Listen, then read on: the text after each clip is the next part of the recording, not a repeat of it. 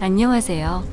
저는 35살이고 현재 20개월이 된 아들을 키우고 있는 가정주부입니다. 제가 이 사연을 적게 된 이유부터 말씀을 드리면 제 남편은 바람을 피웁니다. 그런데 남들처럼 밤을 지새우면서 만나는 것도 아니고 꼭두 새벽부터 나가서 만나고 있더라고요. 정말 그 모습을 보면서 황당하기도 하고 참 부지런하게도 바람을 피는구나 싶더라고요. 아마도 그래서 제가 이렇게 오랫동안 못 잡았던 것 같기도 합니다. 그리고 하필 제가 아침 잠이 많습니다. 태생적으로 원래 잠이 많았죠. 더군다나 아이를 키우면서 수면 시간이 뒤죽박죽이 되어버린 터라 남편이 출근을 하는 새벽 시간에는 거의 항상 기절 상태였습니다. 그래서 밖에서 바람을 피우는지 뭘 하고 다니는지 알 수 있는 정신이 아니었던 거죠. 그런데 이런 정신없는 상황에도 촉이라는 게 무섭긴 하더라고요. 저도 정말 뜬금 포인트에서 남편이 이상하다고 느껴졌었거든요. 그건 바로 다름 아닌 블랙박스였습니다. 블랙박스 영상을 본 건 아니었습니다.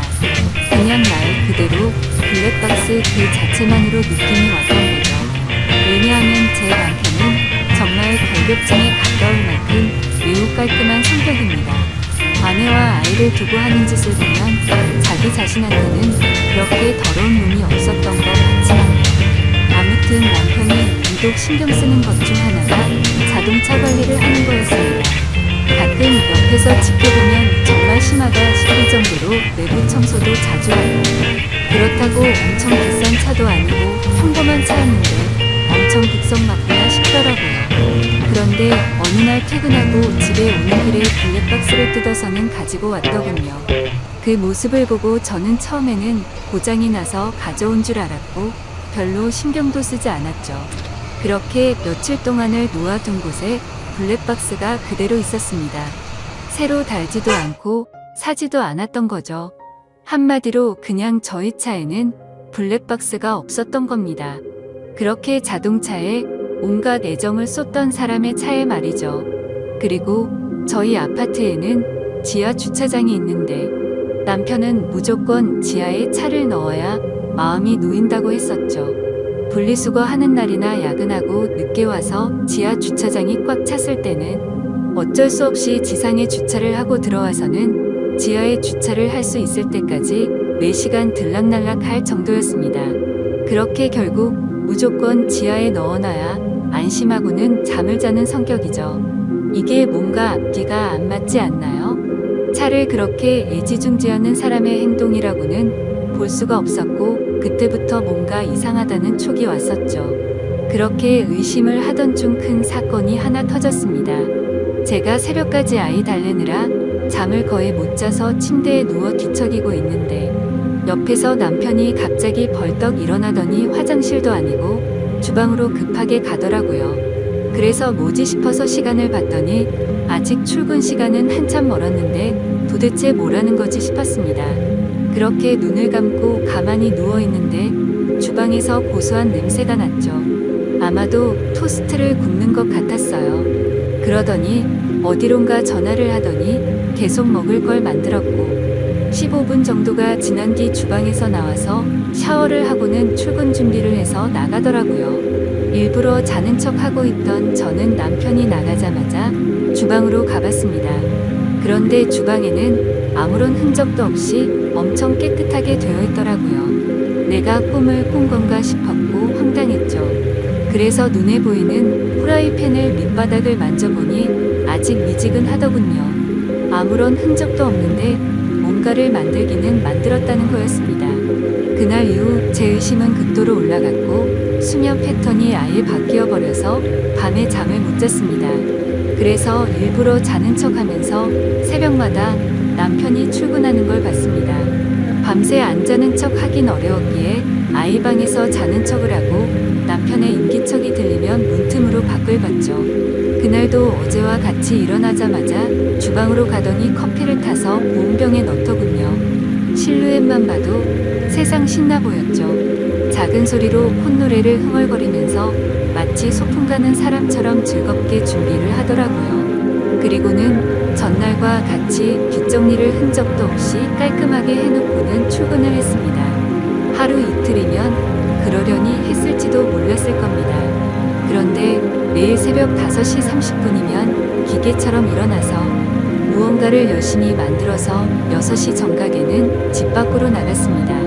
남편이 9시까지 출근해야 했는데 평소에는 7시에 나갔는데 1시간이나 일찍 나갔던 거죠. 회사에서 무슨 일이라도 있나? 아니면 혹시 투잡이라도 뛰는 건가? 별의별 생각을 다 했죠. 솔직히 그때까지도 저는 제 남편을 믿었습니다.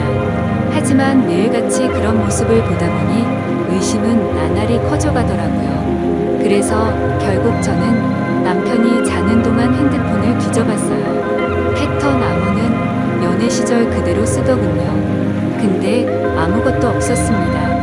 카톡도 회사 단체 단톡방 외에는 특이한 것도 없었고 문자나 통화 기록도 너무 깨끗했습니다. 그래서 제가 괜히 남편을 의심한 건가 착각을 하기도 했죠. 하지만 쉽사리 의심은 사그러들지 않았고 그 다음날도 저는 아기방에서 자는 척을 했고 남편이 나갈 때 저도 몰래 따라 나갔습니다. 남편은 지하 주차장으로 내려갔고 저는 미리 불러둔 택시를 타고서 뒤따라 가려고 기다리고 있었습니다. 그런데 택시에서 10분을 기다려도 남편의 차는 올라올 생각을 하지 않더라고요. 분명 남편이 지하 주차장으로 가는 걸 봤는데 나오지를 않더라고요. 저는 어쩔 수 없이 택시값을 계산하고 죄송하다고 하고는 서둘러 지하 주차장으로 내려가 봤죠. 혹시나 제가 찾는 게 들킬까 봐서 조심히 남편 차를 찾아봤습니다. 지하 2층으로 내려가 보니 남편의 차가 지하 주차장에 있더라고요. 멀리서 보니 시동도 켜져 있지 않고 빈 차 같더군요. 그래서 남편이 차를 안 가져갔는데 제가 못 본 사이 나갔구나 했습니다. 어쩔 수 없이 저는 다시 집으로 올라가려고 할 때였습니다. 그때 때마침 어떤 여자가 제 남편 자동차 쪽으로 점점 다가가더니 너무나 자연스럽게 제 남편 차에 타는 겁니다. 그때부터 인생에서 가장 크게 제 심장이 쿵쾅쿵쾅 뛰기 시작했습니다. 그렇게 믿으려고 애써봤건만 제 남편은 투잡을 뛰려고 일찍 일어난 게 아니었습니다. 다른 여자와 두 집 살림을 하려고 일찍 나가고 있었던 거였죠. 그렇게 한참을 다른 사람 차 사이에 숨어서 보고 있는데 너무 슬펐습니다. 당장 뛰어가서 머리채라도 잡고 싶은데 아무런 증거도 목격하지 못했기에 처량하게 지켜볼 수밖에 없었죠. 1시간가량 시동도 안 킨 자동차에 있더니 7시쯤이 되자 갑자기 시동을 걸고 차가 빠져나가더군요. 저는 곧바로 집으로 돌아와서 떨리는 마음을 진정시키면서 제 남편의 최근 행동들에 대해서 차분히 생각을 해봤습니다. 무슨 낌새가 있었나 한참을 생각했지만 남편은 가정에 충실했었거든요. 야근도 자주 안 하고 집에 일찍 들어와서 아이도 봐주고 아무런 투정 없이 집안일도 잘 도와줬습니다. 도저히 머리를 쥐어짜내도 전혀 의심할 것들이 없더라고요. 근데 그 순간 생각이 난 게 예전에 한번 저에게 카풀에 대해 말한 적이 있었습니다. 우연히 알게 됐는데 우리 동네에 직장 동료가 사는 걸 최근에 알았다고요. 그래서 기름값도 아낄 겸 카풀을 해볼까 하는데 제 의견을 물어보더군요. 그때 저는 아이를 보느라 정신이 없었기에 별로 대수롭지 않게 그 동료가 여자면 하지 말고 남자면 하라고 가볍게 말하고 넘어갔죠. 카풀이라는 게 매일같이 자동차를 함께 타고 출근하는 거라 이성끼리 눈 맞는 경우도 종종 있다고 들은 기억이 있었습니다. 그래서 남편에게 여자면 하지 말라고 분명히 말했는데 제 말을 무시하고 지금까지 그걸 하고 있었던 거였습니다. 카풀이라고 확신하니 그동안 남편의 이상한 행동들이 마치 퍼즐 조각처럼 다 맞아지더군요. 블랙박스를 설치하지 않는 이유도 그렇고 자동차에 병적으로 집착하는 이유도 알겠더라고요. 결국에는 흔적 없이 깔끔하게 바람을 피우려고 그랬던 거였습니다. 다음날도 저희 남편은 새벽에 일어나서 무언가 도둑 고양이처럼 준비하더니 6시 정각에 나갔습니다. 그 꼴을 보고 있으니 너무 황당해서 어이가 없더군요. 저는 그래서 바로 남편을 따라서 지하 주차장으로 내려갔습니다. 이번에도 자동차에 타서는 시동도 걸지 않고 그 여자를 기다리고 있더군요. 10분 정도가 지나자 어제 봤던 그 여자가 다시 왔습니다. 같이 함께 차를 타고 한참 동안 차 안에 있다가 어제처럼 7시 정각에 출발을 하더라고요. 저 여자도 참 부지런하네요. 매일 그 시간에 와서 저짓거리를 하다니 일찍 일어나는 새가 바람도 잘 피우는 것 같네요. 이번에는 두 눈 부릅뜨고 제대로 끝까지 지켜봤습니다. 멀리서 몰래 보다 보니까 자세히 보이지는 않았지만 두 개의 동그란 머리가 하나로 뭉쳐지는 건 정확하게 보였습니다. 그냥 이건 확실하다는 확신을 줬었죠. 둘이 차 안에서 그 짓거리를 하고 다닌 거였습니다. 그걸 보는 순간 저도 모르게 화가 나서 눈이 뒤집힐 뻔했고 저도 모르게 눈물이 났습니다. 남편의 불륜이라는 걸 직접 겪어보니 분노가 머리 끝까지 치밀어 오르더라고요. 그동안 남편이 제게 이상하게 대한다거나 갑자기 잘하려고 했던 상황들을 하나씩 차근차근 생각해보니 저 여자랑 차 안에서 바람을 피우느라 찔려서 그랬구나 싶은 생각에 정말 돌아버리겠더군요. 저는 곧바로 친정엄마에게 연락을 해서 병원에 다녀온다며 아이를 좀 봐달라고 부탁을 드렸고 아이를 친정에 맡긴 뒤 저는 곧바로 변호사 사무실을 찾아갔습니다. 변호사분과 이야기를 한참 동안 해봤지만 결론은 그거였습니다. 깔끔하게 하는 게 제 심신에 좋을 거라며 위자료 2천만 원의 양육비 받고 이혼을 하는 걸 추천하더라고요. 그 이야기를 듣자 너무 억울하고 분통이 터지더군요. 어떻게 남편이 타고 다니는 자동차 가격보다 낮은 금액으로 내 인생 날린 걸 퉁치려고 한다는 게 말이 됩니까? 그래서 저는 일단 다시 연락드린다고 말하고는 변호사 사무실을 나왔습니다. 누구에게 물어봐야 하나 싶었고 제 주변 친구 중에 이혼을 한 친구들을 찾아봤습니다. 솔직한 속마음으로 그런 친구가 없으면 어쩌나 했는데 너무 많아서 놀랄 정도였죠.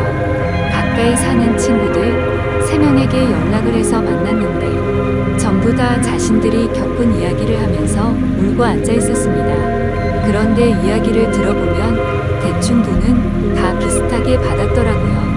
사실 재벌 집에 시집가지 않고서야 거기서 거기겠지 싶더군요. 저는 32살에 아이를 낳았고 제 아이가 몸이 많이 약해서 새벽에 응급실만 3번 다녀오고 나서 도저히 일과 육아를 병행할 수 없겠구나 싶었고 그냥 깔끔하게 8년 다니던 그 좋은 직장을 그만뒀습니다. 그런데 이런 건 어떻게 보상해 줍니까? 고작 2천만 원이라니 너무 허탈했습니다.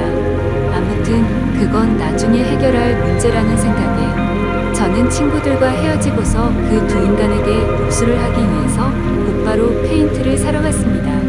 가자마자 페인트 사장님에게 가장 안 지워지고 오래 가는 걸로 달라고 말씀을 드렸고 빨간색 페인트 4통과 두툼한 붓도 몇 개를 사서 배달을 부탁드리고 집으로 들어갔죠.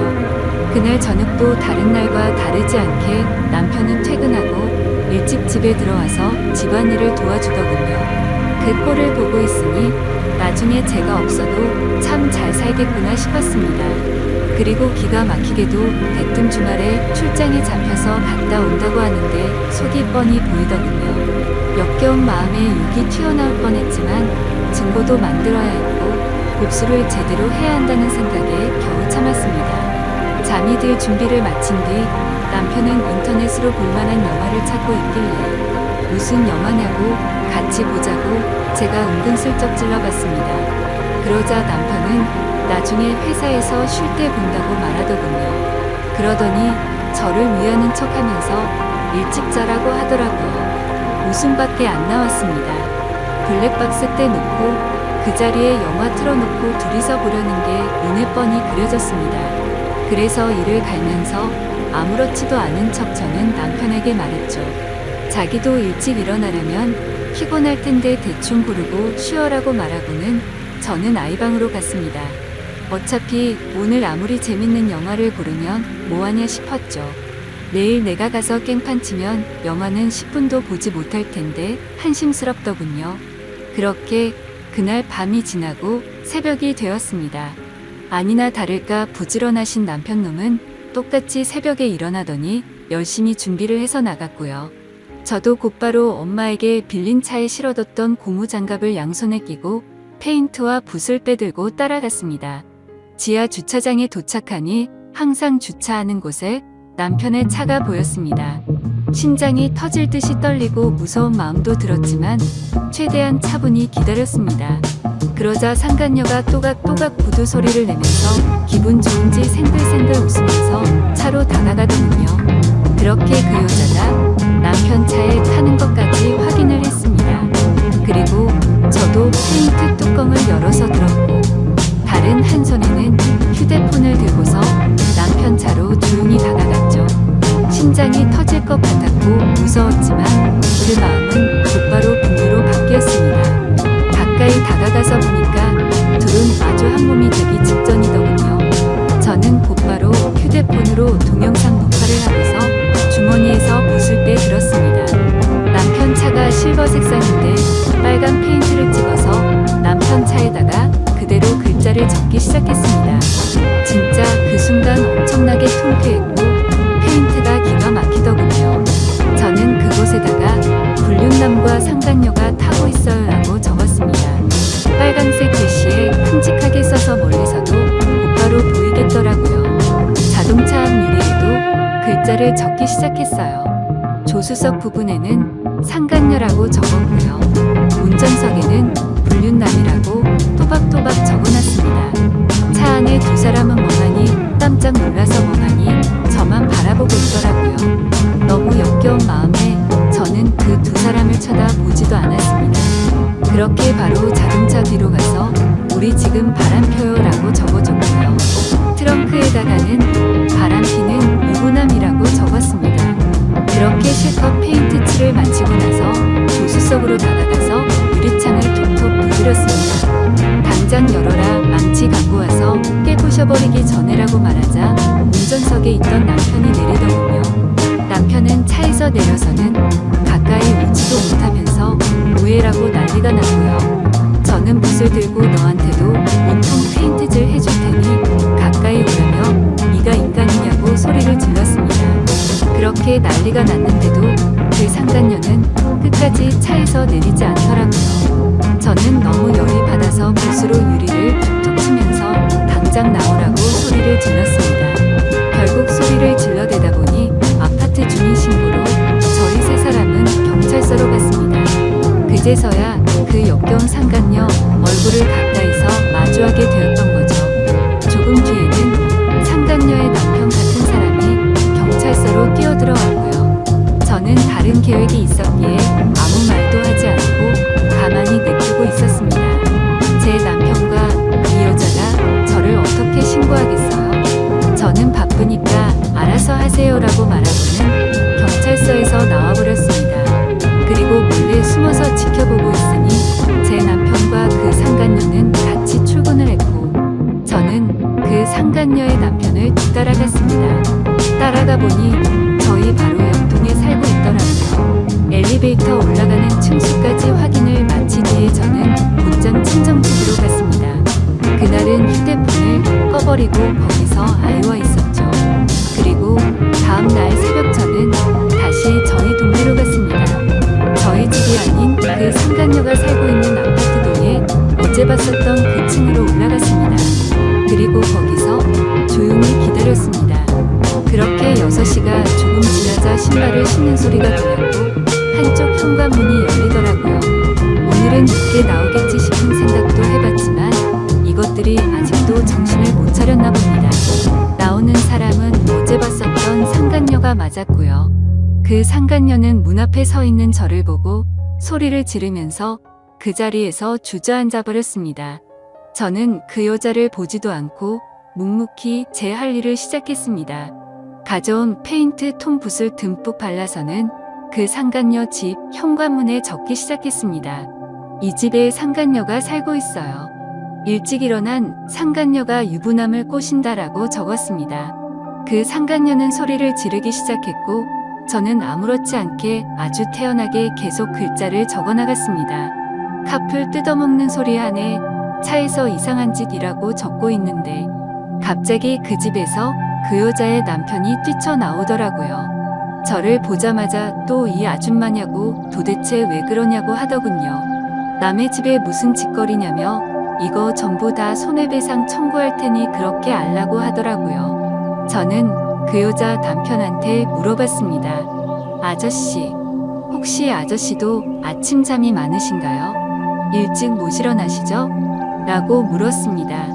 그러자 그게 무슨 소리냐며 아침 잠하고 이 짓이랑 무슨 상관이냐며 화를 내더군요. 저는 제 핸드폰을 꺼내서 어제 녹화한 영상을 보여주면서 말했습니다. 아저씨 와이프랑 내 남편 놈이랑 꼭두 새벽마다 만나서 그렇게 부지런하게 자동차에 둘이 달라붙어서 카풀인지 뭔지 바람을 폈어요. 아저씨도 정신 차리세요. 라고 했죠. 그때 때마침 제 남편에게서 전화가 오더라고요. 전화를 받자마자 지금 어디냐고 버럭 소리를 지르더라고요. 안 그래도 열받는데 저를 또 건들더군요. 그래서 제가 한마디 했습니다. 야, 다음에는 네 차례야. 너는 회사에서 딱 기다리고 있어라. 내가 페인트통 들고 지금 바로 갈 거니까. 그 시각이 아침 7시였는데 그 여자 집 앞에서 소리를 지르고 있었습니다.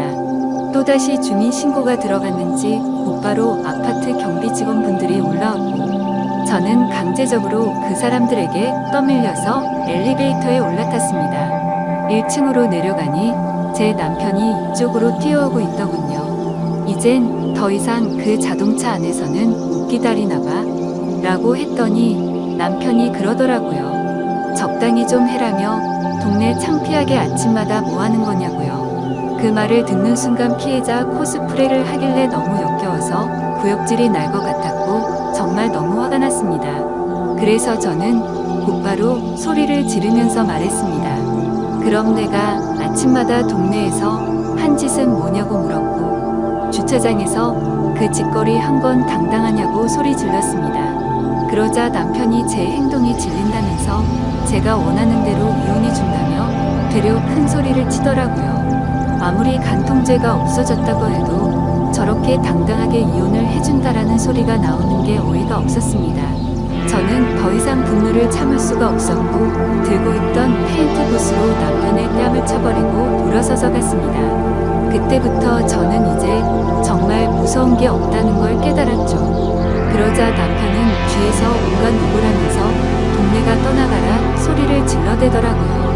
저는 가볍게 그 말을 무시해버리고 곧바로 택시를 타고 친정집으로 갔습니다. 가서 씻고 나서 마음도 진정시킨 뒤에 본격적으로 이혼 준비를 시작했습니다. 최근에 만났었던 이혼한 친구들을 한자리에 다시 불러서 얘기를 듣는데 정말 처참하더라고요. 제가 앞으로 몇 달 뒤면 저 친구들과 같은 모습이 될 거라는 생각에 암담해졌습니다.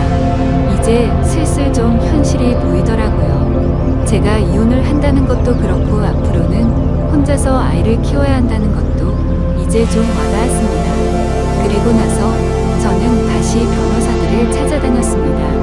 하지만 여러 곳을 다녀봤지만 현실적인 위자료 금액은 거의 비슷하더군요. 그 못된 상간녀에게 받을 수 있는 금액도 비슷했고요. 그런데 그 돈을 받는다고 해서 제가 받은 충격과 분노가 도저히 풀리지는 않을 것 같더라고요. 저는 또다시 복수를 하겠다고 각오를 다잡고 빨간 페인트를 들고서 상간녀의 회사로 찾아갔습니다. 제가 연락을 하자마자 상간녀는 총알같이 로비로 튀어나와 있더라고요. 제가 또 어떤 글자를 어디에 적을지 무서웠겠죠.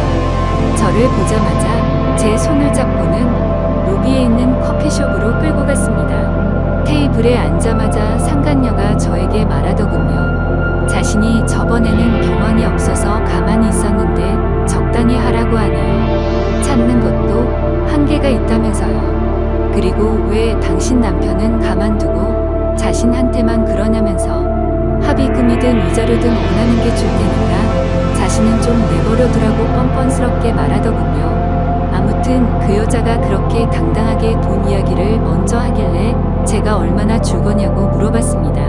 그러니 본인도 여기저기 알아보니 1,500이면 충분한데 2,000까지 해준다고 하더군요. 여기서도 2천만 원이라는 소리를 들으니까 갑자기 화가 확 나더라고요. 그래서 저는 내 등에 가격표라도 붙어 있냐고, 왜 가는 곳마다 나한테 2천만 원 버리냐고 했습니다. 내 35년 인생 가격이 고작 2천만 원이냐고 소리쳤고, 그 돈은 걔나 주라고 말했습니다. 나는 내 방식대로 풀고 싶으니까 시간 없는 나 붙잡고 헛소리 짓거리지 말고 당장 네 사무실로 올라가게 앞장서라고 말했습니다. 그러자 그제서야 그 당당했던 여자가 공손해지더라고요. 제 팔을 붙잡으며 제가 잘못했어요. 제가 어떻게 하면 화가 풀리시겠어요? 라며 저에게 매달리더군요. 그래서 저는 말했습니다. 나는 배운 여자라 글을 써야만 풀려. 이 사무실에 상간녀라고 도배를 해야 풀리겠으니까 당장 앞서라고요. 그러자 상간녀는 갑자기 제 페인트통을 잡고 펑펑 울면서 제발 살려달라며 자신이 잘 못했다고 하더군요. 그렇게 로비 한복판에서 그런 일이 벌어지다 보니 지나가는 사람들이 슬슬 저희 쪽으로 몰리더니 웅성거리기 시작했습니다. 그때 또다시 제 남편에게서 전화가 왔습니다. 제가 저번에 회사 간다고 질러놔서 그런지 불안했는 것 같더라고요. 전화를 받아서 말했습니다. 나 지금 너희 회사 로비 왔는데 네 상간녀 사무실 들렸다가 네가 있는 곳 가주겠다고 말했죠. 통화를 듣고 있던 상간녀는 이제 아주 제 페인트통을 끌어안고 펑펑 울면서 잘못했다고 살려달라고 하더군요. 주변을 둘러보니 회사 경비분들도 이제 슬슬 저에게 다가오고 있었습니다. 요즘 참 태어나서 처음으로 경비하시는 분들이 저를 무지 좋아하는 것 같더군요. 상황을 보니까 어차피 상간녀 사무실로 들어가긴 힘들어 보였습니다. 그래서 로비에서 끝장을 봐야겠다라는 생각이 들어서 사람들 다 들으라는 듯 큰 소리로 말했습니다. 바람은 네가 내 남편이랑 하는데 내가 왜 용서를 해야 하냐며 내 20개월 된 아들 인생은 앞으로 어쩔 거냐고 소리쳤습니다.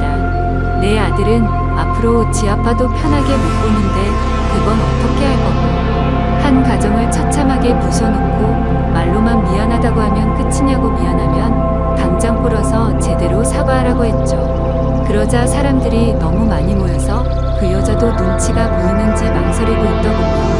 그래서 저는 그 여자에게 다가가서 끌어안고 있는 페인트통 뚜껑을 확 열어버렸습니다. 그럼 그냥 여기에다가 글씨 써준다고 말하자. 곧장 바로 무릎을 꿇으며 펑펑 울며 잘못했다고 싹싹 빌었습니다. 사람들은 그 모습을 보며 웅성거렸고 사진도 찍기 시작하더라고요. 그때 때마침 제 남편